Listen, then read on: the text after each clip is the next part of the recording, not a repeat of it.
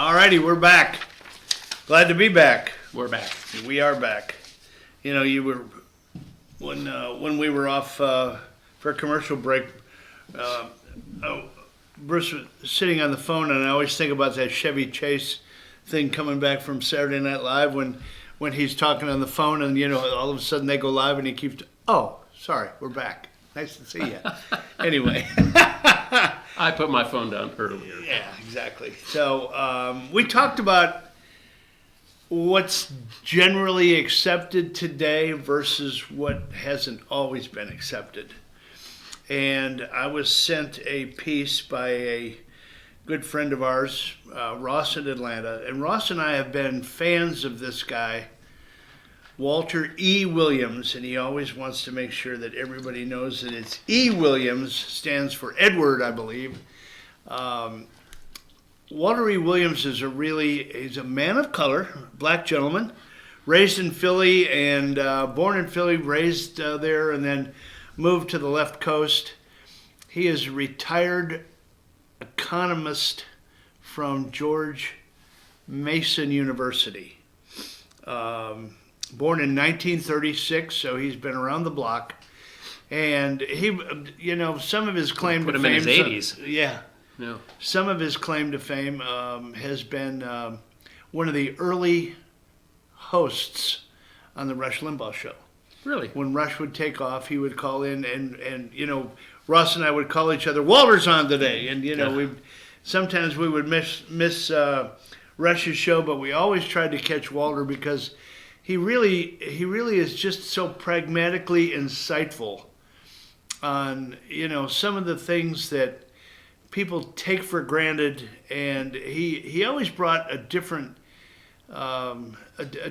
stroke to it. And the piece that he talked about is it's titled "Today's Accepted Behavior Hasn't Always Been Accepted from the Right." Here's a suggestion. How about setting up some high school rifle clubs? Students would bring their own rifles to school, store them with the team coach, and after classes, they would practice. Like they used to. Exactly. And Williams said, "You say, Williams, you must be crazy. To prevent gun violence, we must do all we can to keep guns out of the hands of the kids." Fact is that prior to the 60s, many public high schools had shooting clubs in New York City, for instance. Students carried their rifles to school on the subway. That must have been fun. And turned them over to homeroom or gym teacher. Rifles were retrieved after school for target practice. Some rural areas across, there was a long tradition of high school students hunting before classes, storing guns in their trunks of their cars and on a rifle rack in their pickup trucks that they drove. Because why? Because they were hunting before school. Maybe had a dead deer or two in the back. Who knows? I mean, a lot of people they eat what they kill. Yeah. But today, any school principal permitting rifles or allowing rifles on school grounds would be fired and imprisoned. People in what's considered acceptable behavior have changed, and we've talked about this. I know I have for forever, but you just can't say it enough. Violence with guns is just a tiny example of what's changed. What explains a lot of what we see today, and these are Walter E. Williams' words, growing cultural deviancy. Cultural deviance. 29% of white children, 53% of Hispanic, and 73% of black children are born to unmarried women. What does that tell you? The absence of a husband and father figure in the home is a strong contributing factor to the poverty, school failure, crime, drug abuse, emotional disturbance, and a host of all other social problems. By the way, low marriage rate among blacks is relatively new. Census data shows that a slightly higher percentage of black adults had married than white adults from 1890 to 1940. And what do you think the driver there is? Because they know they're going to get money from the government to raise this child. So there's no reason to be, discriminate in your dating practices. So culturally, you could say if they download another kid, they're going to make more money. Yeah. That's a tough way to put it, but that's fact. In 1954, he graduated from Benjamin Franklin High School, the city's poorest school. During those days, there were no school policemen. Think about that. No school policemen. What do we see now? Today, close to 400 police patrol Philadelphia. In Philly alone, folks, 400 police officers are manning the schools. According to federal education data, 2015-16 school year, 5.8% of the nation's 3.8 million teachers were physically attacked by students. Almost 10% were threatened with injury. Other forms of cultural deviancy are found in the music accepted today that advocates murder, rape, and other vile acts.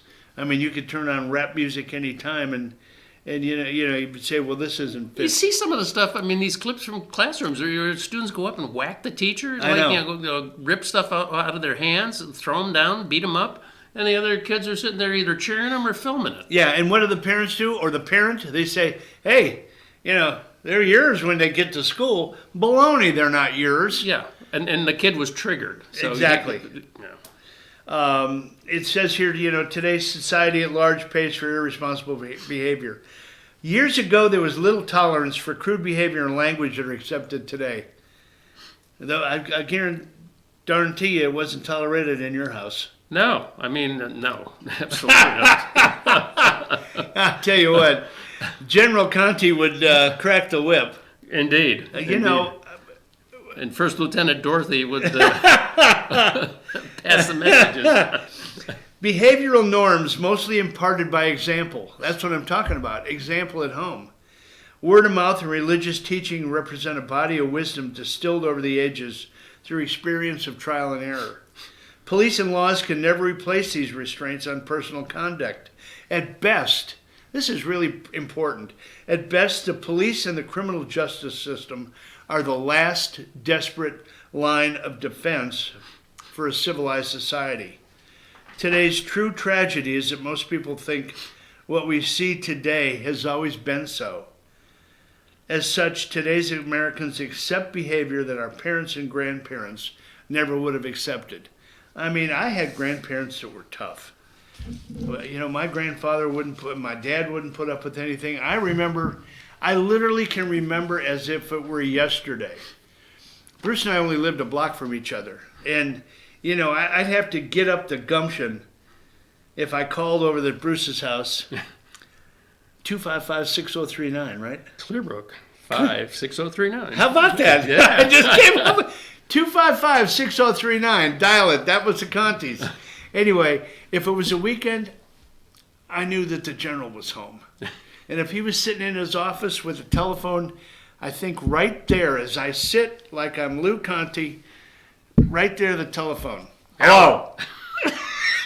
I go, oh, geez. Yeah, what do I Why do? couldn't it have been one of his brothers or sisters? Anyway, Mr. Conti, may I please speak to Bruce? Hold on. No, right? Yeah. Well, it got better when we got the little princess phone in the kitchen. There was only one phone for a long time. And I'm telling you, I think we turned out to be pretty decent people. Bruce probably better than me in some ways, in a lot of ways, but whatever. Same. Our kids were brought up to respect authority, to believe in God, to respect your teachers, to act civil to people that you knew and even didn't know, right? Yeah, anybody you came across in life, you basically tried to treat them with the same respect you wanted. Yeah, exactly. Golden rule. That just doesn't happen anymore. Yeah. We've got cowards now that are wearing masks over their faces that are attacking poor defenseless people because they came on their turf. They got in the way. Yeah. They maybe look like they support Trump. They offended me. I don't agree with them. They dissed me. Yeah. Give me a break on the dissing stuff. Yeah. And teachers, really, today's teachers, as evidenced by this, are really, really taking the brunt of it. And, to that point, Bruce has got a piece that Where did you find that on? This was on Facebook. It was something that happened, I think, the end of last year, early this year. It's a story from a kindergarten teacher who is 29 years old who quit. And I would like to read some of the reasons why. Okay, so following up on this. I mean, truthfully, we didn't stage this. He came up with this. I came up with. I got in the car this morning. I had Walter E. Williams, and I talked about it. Bruce said, I've got the same thing. It's out there, folks.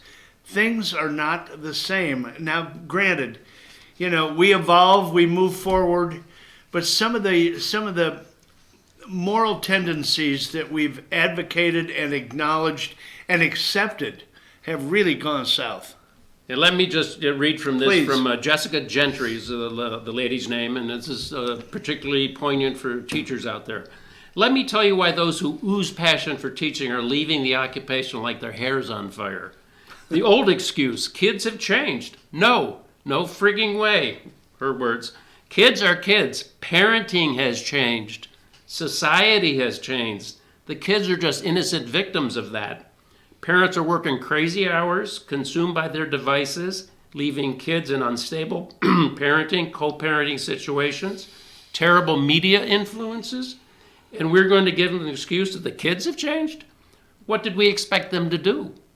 Kids behave in undesirable ways in the environment they feel safest. They test the water in an environment they know their mistakes and behaviors will be treated with kindness and compassion. For those, quote, well-behaved, unquote, kids, they're throwing normal kid tantrums at home because it's safe.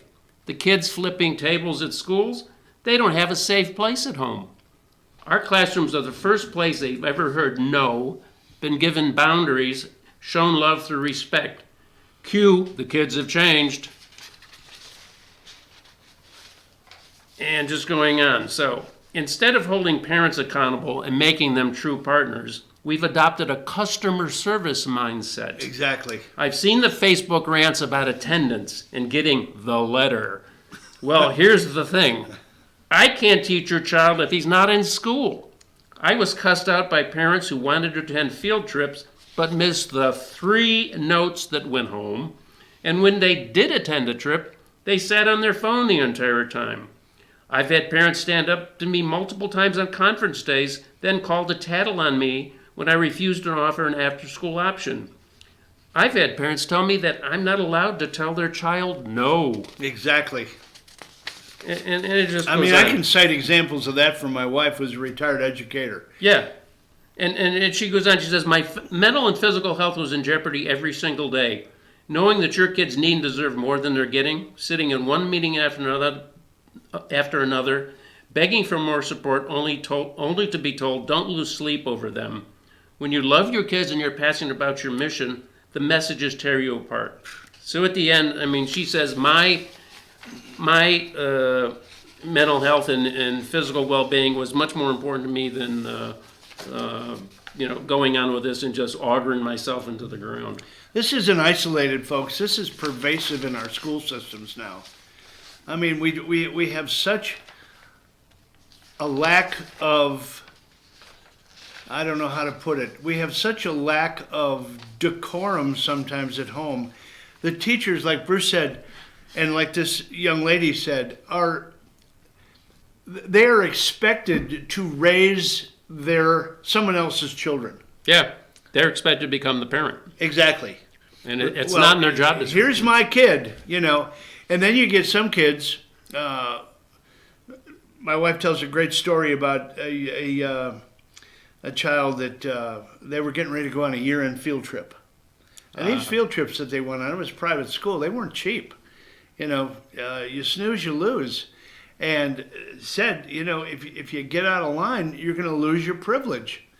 And by God, you will be bounced. Yeah. So this kid said, you can't do that. My parents pay your salary. I control you. Ooh. Boink! Off the trip. See you, wouldn't want to be you. That's exactly what happened. And that's exactly what should happen today. You just, you know. And there was the kid hitchhiking home from Washington, D.C. Yes, right. Well, you know what? They've done that too. They put him on an airplane. Whoa. Put them on an airplane, Love send it. them home. They call their parents and say, your kid is going to be at Atlanta Hartsfield Airport at such and such a time. He was thrown off the trip. You deal with it. Whoa. Yeah, I mean, that's the way. That must have been an interesting meeting with the principal. Let me tell you. You know, well, you get some parents that raise Cain and they pull their kid out of that school because they can't have their own way. Or you know what? They say, maybe I could do a better job in raising my kid and telling him how to act at school. Yeah, for sure. I sure wasn't a great kid at school. Let me tell you. We went to Catholic school, and I stood in the corner more times by accident than most people. But I got knocked on by the nun. I don't think you ever did. Right, Sister Justice cold cocked Bruce one day. Well, I hit her first. Yes. It wasn't a hit. It was a touch. But Yeah, it was a touch. You don't touch the nuns. Bam! Anyway, we could go on and on. I know we sound like old fuddy-duds sitting here. This is the way it used to be. Well, by gosh, in a lot of ways, America was a different place years ago and a more civil place. Now there's so much discord. There's so much division. There's so much animosity toward one side or the other. Yeah, I think with all this communications capability, I mean, these Instant computers in our gratification. hands, yeah, I mean, there's so much more belief in ways of doing things outside the norms of society. I mean, this translates, ladies and gentlemen, to what we have at the border. I mean, that you have a whole group of people in this country that believe people coming here illegally is perfectly acceptable. I mean, there's no respect for rule of law. And the things that they would get very upset about if someone impacted their privacy, broke into their home, harmed them or their children, that's against the law. You have to prosecute them. Where are the police? With people walking across our border, in droves, it's perfectly fine. If it doesn't affect them directly, yes, it's perfectly acceptable. If it doesn't impair anything that I do, if it doesn't impede, if it doesn't hurt me, if it doesn't take away my property rights, if it doesn't do economic damage to the community where I live so my home value goes down. Exactly. That's why these liberals can sit up there inside the Beltway in Washington and pontificate and say, oh my goodness,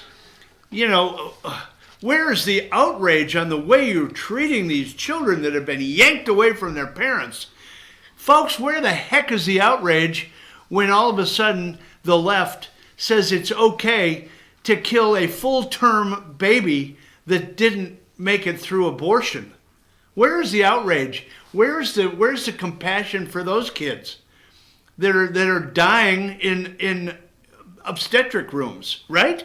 Exactly, and some might call us privileged, white men, but I would say, we're scarred by our experiences, and again, we have a healthy respect for what other people think and do, and again, we have to tolerate a lot. I mean, you think of the world we came from and the world now with all this transgenderism and LGBTQ. I mean, that was all like under the surface before, and some would say wrongly. But again, it was tolerated. People lived. But now you're in each other's face about all this stuff. I just don't get it. Someone early on in my career, I talked about. This guy was kind of somewhat of a mentor. He was out there a little bit, but one of the things that I will never forget that he told me was that we have. I said, why do people act the way they do? And he said, a lot of times it's because they have nothing to lose. I think there's always something to be said about that. Yeah, if you subscribe to the rule of law, and you cross the line, you're punished. You've got something to lose, whether you're taken away from your family and put in jail, or whether you lose economically. Whatever, but and what he was trying to do is make a case for some of the people that are really down and out, and I say, well, they have a better time going to jail. They get 3 squares Yeah. and a warm place to sleep because they had nothing to lose. That's why, they'll tread on society. But I think it's come a long way past that. And that maybe is an interesting segue for this piece, okay? Just for a little balance. This is, it's titled Thoughts from a Hipster Coffee Shop. It was written by a young lady in Minnesota, Alyssa Algren, early this year. And let me just read some of this. She's sitting in a coffee shop in Minnesota. I scroll through the latest headlines of Democratic candidates calling for practices and policies to fix the so-called injustices of capital. Injustice of capital. I see people talking freely, working on their MacBooks, ordering food they get, and it dawned on me. We live in the most privileged time in the most prosperous nation, and we have vehicles, food, technology, freedom to associate with whom we choose. And then she goes on and says, our unappreciation of what we have is evident in the socialist policies and comments of Miss Alexandria Ocasio-Cortez, who recently said to Newsweek, an entire generation, one of the largest electorates in America, came of age and never saw American prosperity. Never saw American prosperity. Let that sink in. When I first read that statement, I thought to myself, this is such an unentitled, factually illiterate thing that I've heard in 26 years on this earth. Now, she says, now let me lay down some universal truths really quick. The United States of America has lifted more people out of problems into freedom and democracy, and has created more innovation in technology and medicine than any other country in the world. But our citizenry continually breaks world records with charitable contributions. Rags to riches stories are not uncommon. We have the strongest purchasing power on the earth. We encompass 25% of the world's GDP. She said, with all this overwhelming evidence around us, how can people continue to make these statements and, young people continue to believe this? So, Because you know why? They haven't been through a tough time. They've always had cell phones. They've always had fast food. They've always had instant gratification. Yeah. They've never gone through a depression. Right. They've never, suffered through a world war where there was really, really tough times. Mm-hmm. They haven't even suffered through gas lines like we did in '73. Yeah. Where you wonder how you were going to get to work the next day because it was going to take you 4 hours to get a tank of gas. Yep. They've never, ever gone through those issues. And here we are again, sitting here like a couple of old farts and saying, we've done it all. We haven't done it all. I guarantee you that we didn't sit through a depression like our forefathers did. No. I mean, these were people that struggled. Yeah. Soup lines and everything else. I mean, we had it. Yeah, they didn't know where their next meal was going to come from. We had it pretty darn good. We did. We didn't have it the best, but we had it pretty good. You have a family of 5, a family of 6, a family of 3, whatever. But you got one parent working, and sometimes you ate soup and crackers for dinner. Yeah. You couldn't put a T-bone on the plate every night if you wanted to. Spam was a big thing. But it's still encouraging that, some of the young people, are sensitized to this and are aware of it and kind of as a pushback to some of the other people who always seem to have the mic. So yeah. I thought this was nice to see and behold. Yeah, that's really that's a great piece. And if you want you want some great reading, some really good stuff. Seriously, Google Walter E. Williams and look at some of the takes he's got on a lot of different subjects.